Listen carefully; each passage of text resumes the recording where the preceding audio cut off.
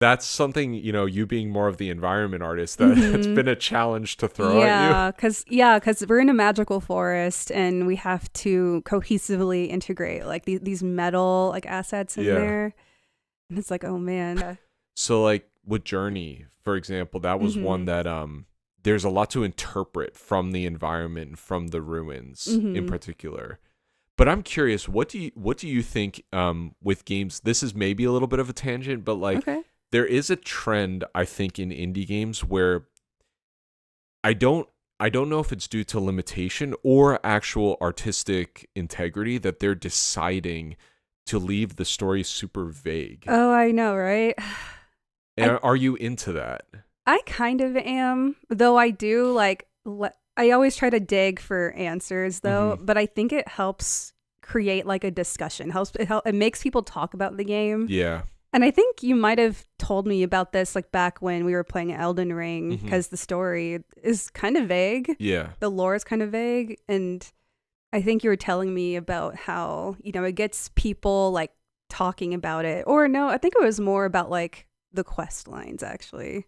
Yeah, I mean it kind of builds a community when you leave something so vague that someone has to piece something out. It causes somebody to search for like, what does this mean? Yes. And then it starts discussion. So, but with some of these indies, I don't even know if that is necessarily the intention or if it was just like with Journey, they're like, okay, we have the budget to do like this really cool atmospheric environment and lighting, and we're putting a lot of our resources into the art, but we're not going to go and do voice acting. And that's what I'm not sure about. And I know studios differ from studio to studio, but it's definitely a trend I've seen a lot in indie games. Yeah.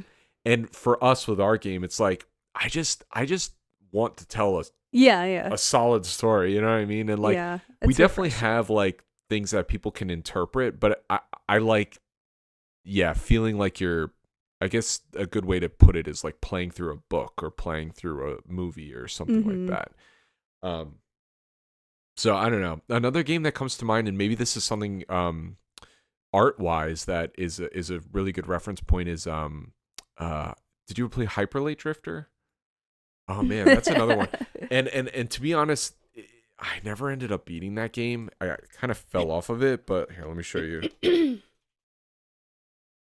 This was another game that very, very vague, and the characters, from what I remember, when you talk to an NPC, they spoke in images. So it was kind of like you had to infer what they were even saying as well. And what's cool about this game is the director, the guy that was leading the project, he has some sort of heart condition. So that's why his studio is called The Heart Machine, and there's a lot of those sorts of homages, I guess, in this game. That's kind of like the basis of the that's cool philosophy behind the game, right? So yeah, it is cool, but for me, I don't know. I'm playing it and it's kind of like I want a little bit more literal. Yeah, a little bit more specifics. Yeah. I definitely have felt that way before. Yeah. But this is another game that's really cool, and I don't have a lot of like pixel art games on my list because I feel like a lot of games that are pixel art kind of look samey to me, but this game in particular has a very solid pixel art style.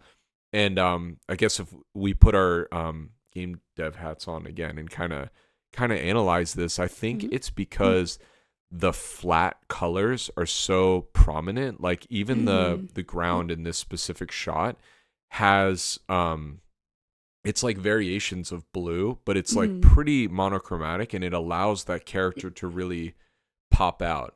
And then the monsters as well are like essentially like flat green, right? So they're really popping out too. Even shots like this was like, I think from the intro, like at the beginning of the game, he's going very, very monochromatic. Wow, with the this color is like power. giving me Attack on Titan vibes. Yeah. That's so cool though. But yeah, this leads to another kind of like pleasing but kind of ominous and mysterious aesthetic, which I think is really, really cool in indie games. Yeah. Yeah, I think this is another one. Maybe try out. And let me know what you think. Okay. All right. Let me just see some of the other ones I have off the top of my head. I mean, you're seeing my list. Have you played any of these other ones that I've played Hollow Knight. Okay. What do you think And about Hollow Knight? Hollow Knight, visually amazing. Yeah. I thought it was really awesome how kind of reminds me of our game, how the background is pretty like painterly and illustrative. The things that like move like have like lines around them, like the bosses and the enemies and the character. It's pretty cool. And what's cool about Hollow Knight too is I've also seen a lot of games with art styles that feel like they have more of like that puppet warp kind of animation. Oh yeah, you know what I'm talking about? And I know again that's a lot of times due to the budget and limitations because frame by frame is just like absolutely ridiculous. Yeah.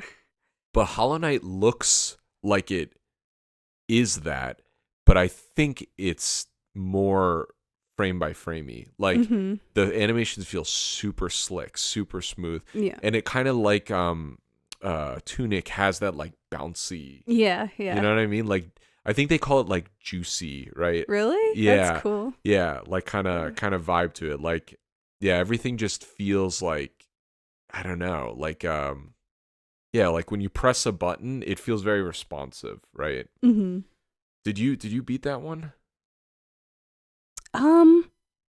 I don't think so. Wait, no, yes I did. It was hard though.